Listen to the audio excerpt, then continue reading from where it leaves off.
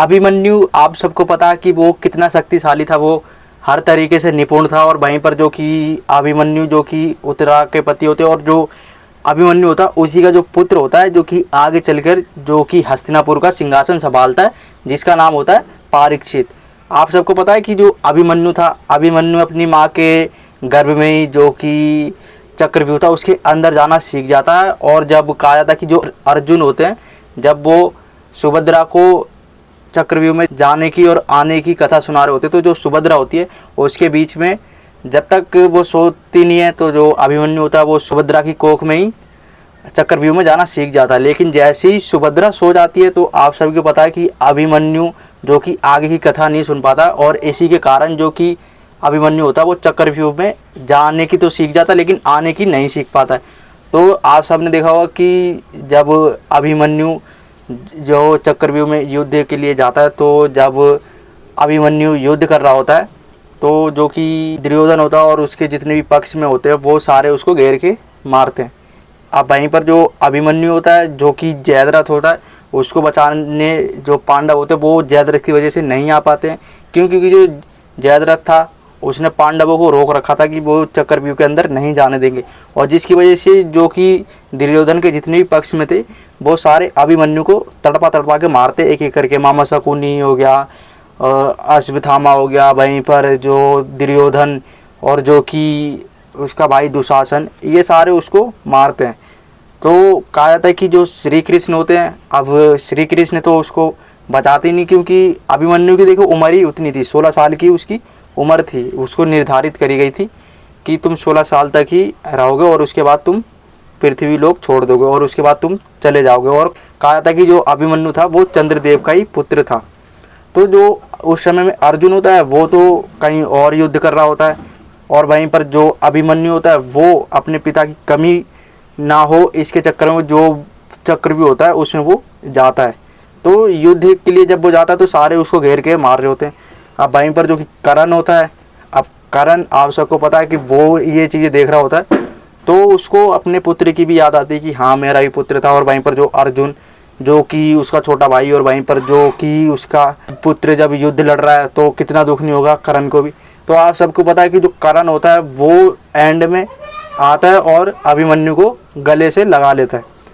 और जो कि दुर्योधन होता है वो कहता है कि मारो मित्र से तुम, लेकिन जो करण होता है वो कहता है कि नहीं अब बहुत हो गया, बस अब इसको मोक्ष की प्राप्ति हो जाने दो। तो जो दुर्योधन होता है वो कहता है कि नहीं अभी इसका अंत नहीं करना, अभी इसे और तड़पा तड़पा के मारना है।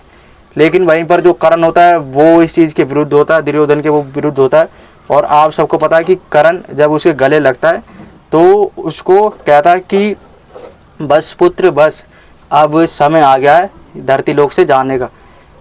विश्व की सर्वश्रेष्ठ धनुर्धारी की पदवी ना तो मुझे मिलेगी ना ही अर्जुन को मिलेगी, तुमने ये हक हमसे छीन लिया है। क्योंकि जो अर्जुन था भाई वो भी बहुत शक्तिशाली था, और जो करण था वो भी बहुत ज़्यादा शक्तिशाली था। लेकिन जो अभिमन्यु होता है अब उन दोनों के बीच में आ जाता है वो, क्योंकि जो अभिमन्यु था वो भी बहुत शक्तिशाली था, तभी तो वो देखो चक्रव्यूह में जाना सीख पाया, अपनी माँ के कोख में ही जब वो जाना सीख पाया तो उसी के चलते वो चक्रव्यूह में चला जाता है। और वहीं पर जो अभिमन्यु होता है उसको अर्जुन ने ही प्रशिक्षित किया हुआ होता है धनुर्विद्या से, और जो कि अपने मामा और के साथ ही रहा होता है बचपन से ही, क्योंकि जो पांडव होते हैं उन्हें तो वनवास हो जाता है, तो अभिमन्यु उन्हीं के साथ रहा होता है। इसके चक्कर में वो और ज़्यादा शक्तिशाली और धनुर्धर बन जाता है। और जो कि जब करण उसको मार देता है तो करण को देखो पछतावा भी तो होता है कि हाँ मैंने इसको मार दिया।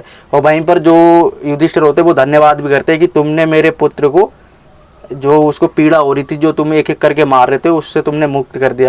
अब जो अभिमन्यु होता है, अब देखो करण ने तो उसको ये बोल दिया कि जो विश्व की सर्वश्रेष्ठ धनुर्धर की पदवी है ना तो वो मुझे मिलेगी ना ही तुम्हारे पिता अर्जुन को मिलेगी, क्योंकि तुमने वो हक हमसे छीन लिया। तुमने बहुत अच्छे से युद्ध करा है और अपने साहस का परिक्रम दिखाया है। तो अब जब अर्जुन को इस चीज़ का पता चलता है तो अर्जुन वहाँ पर आता है। तो अर्जुन जैसे कि करण का पुत्र मरा था, जैसे वो रोया था, अब अर्जुन भी वैसे ही रोता है। अब कहा जाए कि जो अर्जुन होता है, जो अभिमन्यु होता है, जब उसका देह संस्कार किया जाना होता है तो उस समय में कहा जाता है कि जो अर्जुन होता है वो शपथ ले लेता है कि जयद्रथ को मैं मार के रहूँगा कल, नहीं तो मैं खुद मर जाऊँगा अभिमन्यु के साथ। क्योंकि ये होता है जब वो अपने भाइयों से पूछता है कि किसने तुम्हें अंदर जाने से रोक दिया था, तुमने क्यों नहीं अभिमन्यु को बचा लिया।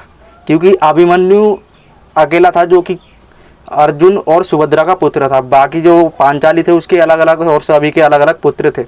अब वहीं पर जो अभिमन्यु था जो कि उसका खुद का ही पुत्र था, तो इससे वो और ज़्यादा दुखी हो जाता है। तो जो कि अभिमन्यु जब मर जाता तो जो अर्जुन होता है वो शपथ ले लेता है कि मैं अभी ने जो जयद्रथ है इसे मैं मार के रहूँगा। तो आपने देखा होगा कि अगले दिन जब उसको मारने के लिए जाता तो जयद्रथ होता है उसको करण बचाने लग जाता है। अब लेकिन वहीं पर सूर्यास्त होता है, तो नियम यही थे कि सूर्यास्त तक लड़ाई करेंगे और उसके बाद लड़ाई नहीं करेंगे। अब जैसे ही सूर्यास्त होता है तो जयद्रथ को वो आगे कर देते हैं।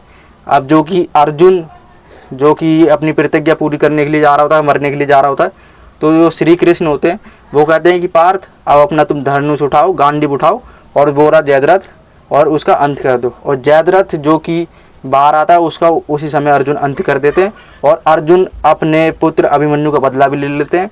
और इस तरीके से जो अभिमन्यु होते हैं वो एक अच्छे धनुर्धर होने के साथ साथ अच्छे पुत्र भी होते हैं और उनका अंत हो जाता है। और जो कर्ण होते हैं वो कह देते हैं कि संसार की सर्वश्रेष्ठ धनुर्धर की पदवी ना तो मैं ग्रहण कर पाऊंगा, ना ही तुम्हारे पिता अर्जुन कर पाएंगे, तुमने वो हमसे वो हक छीन लिया है। तो अभिमन्यु इस तरीके से बन जाते हैं सर्वश्रेष्ठ धनुर्धर। वैसे तो दोनों ही सर्वश्रेष्ठ थे, लेकिन जो कि अभिमन्यु था वो अपना युद्ध इस तरीके से लड़ता कि कर्ण भी उसको देख के शौक हो जाता कि हाँ ये इतनी सी छोटी सी उम्र में इतनी अच्छी तरीके से युद्ध लड़ रहा है। तो उसके कान में जाकर जो कर्ण होते हैं वो यही चीज़ बोलते हैं कि अब तुम शांत हो जाओ और अब तुम्हारे जाने का वक्त आ गया है।